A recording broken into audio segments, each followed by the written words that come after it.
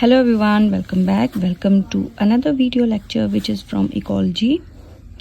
In this video lecture we are going to discuss a new topic which is island biogeography. ठीक है, तो किसी भी topic को स्टडी करने से पहले हमें उस टॉपिक की जो उस टॉपिक का जो नेम है, नेम ऑफ द टॉपिक, ठीक है, उसकी हमें पता होना चाहिए कि वो है क्या. ठीक है, तो आधा तो हमें तभी सॉल्व हो जाता है जब हमें उन वर्ड्स के बारे में पता हो. ठीक है, तो ये टॉपिक का नाम है जैसे आइलैंड बायोजियोग्राफी. तो इसमें आइलैंड जो वर्ड है, ठीक है, बेसिकली हम आइलैंड किसको बोलते हैं. ठीक है, तो हम आइलैंड एक जैसे द्वीप है कोई, है ना, उसको हम आइलैंड बोलते हैं. तो एक है एक एरिया है ना, एक पर्टिकुलर एरिया जब वो सराउंडेड लैंड है, ठीक है, लैंड सराउंड करे जब वाटर से, उसको हम चारों तरफ अगर वाटर हो तो उसको हम क्या बोलते हैं, आइलैंड. पर इस केस में आइलैंड हम किसको बोलेंगे, आइलैंड हम सिर्फ एक लैंड है जो वो वाटर बॉडी से सराउंडेड है, सिर्फ उसी को नहीं बोलेंगे हम. आइलैंड उस जैसे पीक ऑफ माउंटेन्स है उसको बोलेंगे, है ना. जो मतलब कैसे हम आइलैंड को डिफाइन करेंगे कि एक हैबिटेबल एरिया है, ठीक है, वो सराउंडेड है एक अनहैबिटेबल एरिया से. ठीक है, तो इस केस में हम आइलैंड को ये बोलेंगे, ठीक है, कि एक habitable area surrounded by unsuitable area for a species. ठीक है, फॉर अ न्यू स्पीसीज और अ स्पीसीज. ठीक है, यहाँ पे जो नई स्पीसीज हैं वो माइग्रेट हो रही हैं या फिर कुछ स्पीसीज जो हैं वो एक्सटिंक्ट हो रही हैं. ठीक है, उस चीज़ को हम आइलैंड बोलेंगे. नेक्स्ट है बायोजियोग्राफी. तो जैसे हमें पता ही है कि bio means living and geography mean भूगोल. तो उस पर्टिकुलर एरिया की जियोग्राफी कैसी है कि वहाँ पे स्पीसीज का डिस्ट्रीब्यूशन कैसा है और कौन से ऐसे फैक्टर हैं, ठीक है, कौन सा क्या रीजंस हैं वहाँ पे जो स्पीसीज वहाँ पे रह रही हैं, उनके रहने के कारण क्या है. ठीक है, उन स्पीसीज का डिस्ट्रीब्यूशन पैटर्न क्या है, ठीक है, उसके पीछे क्या फैक्टर्स हैं, क्या रीजंस हैं कि वो स्पीसीज वहाँ पे रह रही हैं. ठीक है, तो ये हो गया हमारा आइलैंड बायोजियोग्राफी. आई होप यहाँ तक आपको समझ आया होगा. ठीक है, तो नेक्स्ट हम चलते हैं कि इस डायग्राम पे. ठीक है, दो टर्म्स हैं यहाँ पे. सबसे पहले इमिग्रेशन एंड एक्सटिंक्शन. ठीक है, जैसे मान लो कि ये एक एरिया है, ठीक है, तो इमिग्रेशन हम किसको बोलेंगे, इमिग्रेशन. ठीक है, जैसे इमिग्रेशन से याद करना कि एंट्री हो रही है, स्पीसीज की एंट्री हो रही है. ठीक है, इमिग्रेशन. और एक्सटिंक्शन मतलब एग्जिट हो रहा है. तो इन टू टर्म्स का क्या मतलब है. ठीक है, तो यहाँ पे दो टर्म्स है ये इमिग्रेशन एंड एक्सटिंक्शन की. एक तरफ तो स्पीसीज की एंट्री हो रही है ना, वाया इमिग्रेशन, एंड एग्जिट हो रहा है बाय एक्सटिंक्शन.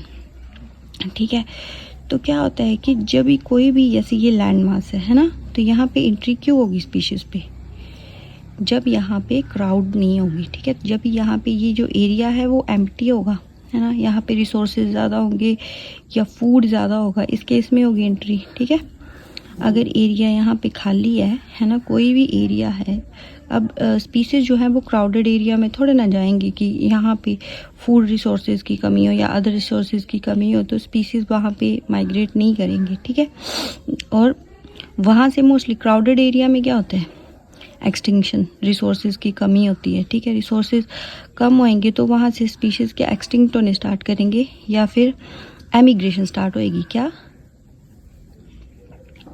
एमिग्रेशन, वहाँ से स्पीशीज़ की होने स्टार्ट होएगी. ठीक है, तो ये दो टर्म्स हैं. ठीक है, एमिग्रेशन और इमिग्रेशन.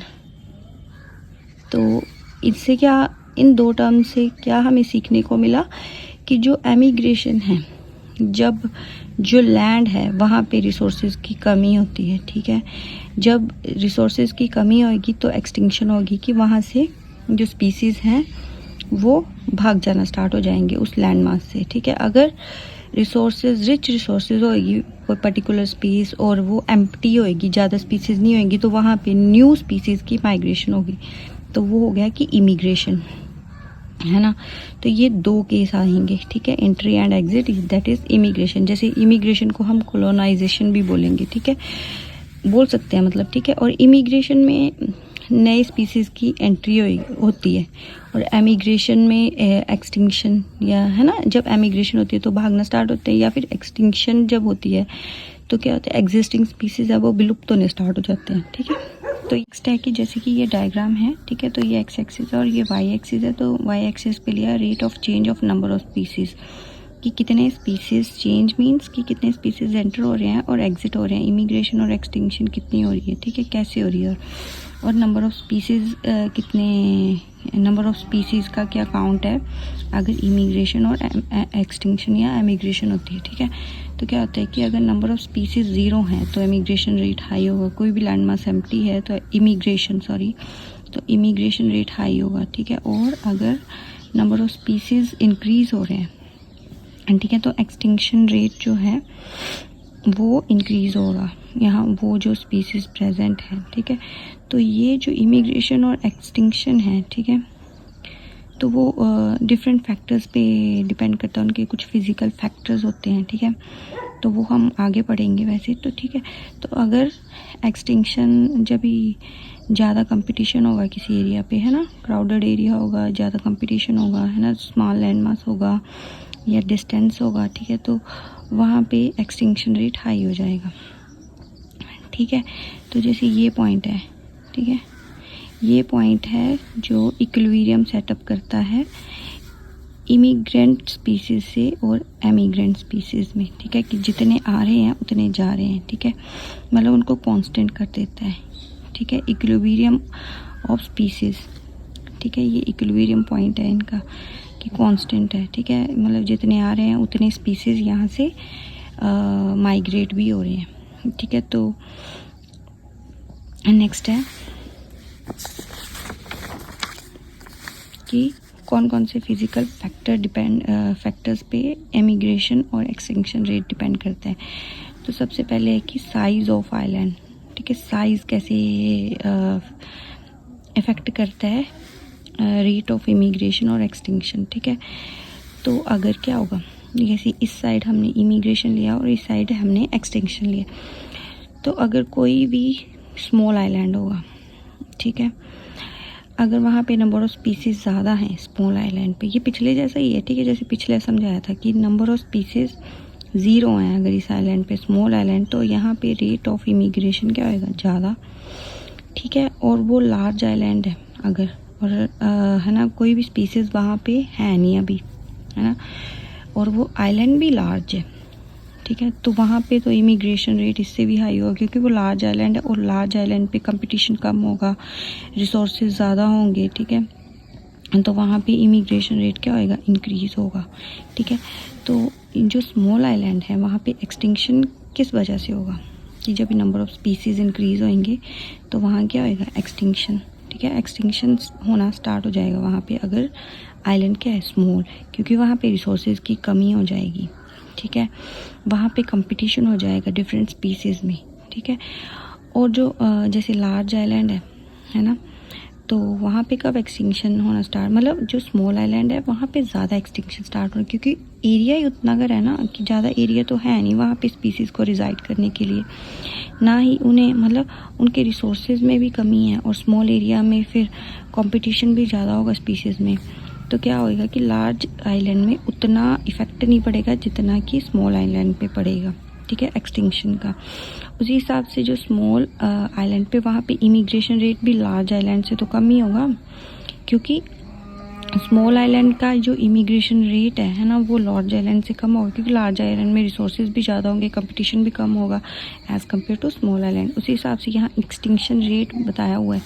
ठीक है, ये नंबर ऑफ़ स्पीसीज जैसे जैसे इंक्रीज़ हो रहे हैं, ठीक है, तो स्मॉल आइलैंड में उतने ही क्या बोलते हैं, एक्सटिंक्शन रेट इंक्रीज़ हो रहा है। ठीक है, और लार्ज आइलैंड में एक्सटिंक्शन से थोड़ा सा कम है, क्योंकि वहाँ पे स्मॉल आइलैंड्स के मुकाबले थोड़े से ज़्यादा एरिया है। ठीक है, ज़्यादा एरिया है, ज़्यादा रिसोर्सेज हैं, इस कारण। नेक्स्ट डायग्राम में हम डिस्कस करेंगे कि जो डिस्टेंस है ना आइलैंड का, वो मेनलैंड से जो डिस्टेंस है उस बेसिस पे इमिग्रेशन और एक्सटिंक्शन रेट का क्या इफ़ेक्ट पड़ता है।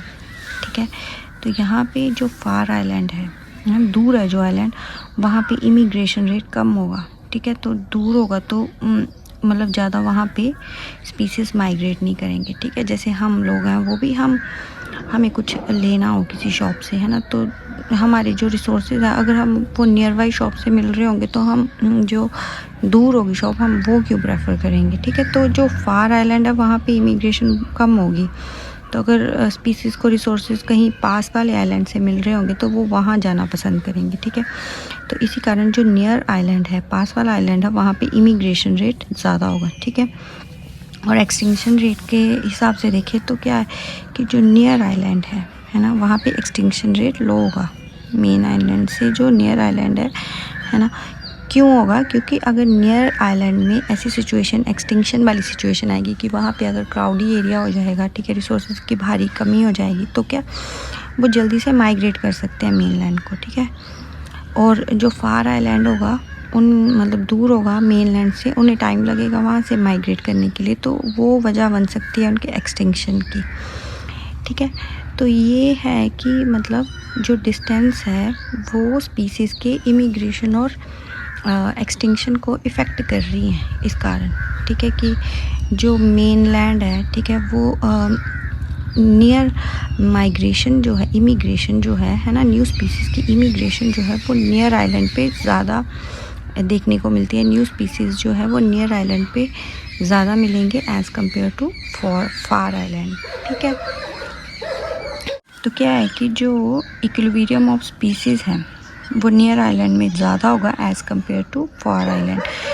तो ये था हमारा कि आइलैंड बायोजियोग्राफी की थ्योरी जो दी थी मैकआर्थर एंड विल्सन ने, ठीक है। उन्होंने बताया था कि कैसे एक आइलैंड में कोई भी स्पीसीज़ हैं जो इमिग्रेशन होती है वहाँ पे या एक्सटिंक्शन होती है वहाँ पे कैसे बैलेंस स्थापित करती हैं वो स्पीसीज़, ठीक है, किसी भी एरिया में। तो ये उसके रिगार्डिंग थ्योरी थी, कुछ नहीं है इसमें, बस यही है कि डिस्टेंस के बेसिस पे क्या इफ़ेक्ट पड़ेगा इमिग्रेशन पे और एक्सटिंक्शन पे, और साइज़ के बेसिस पे क्या इफ़ेक्ट पड़ेगा, ठीक है। तो आई होप आपको ये लेक्चर समझ में आया होगा।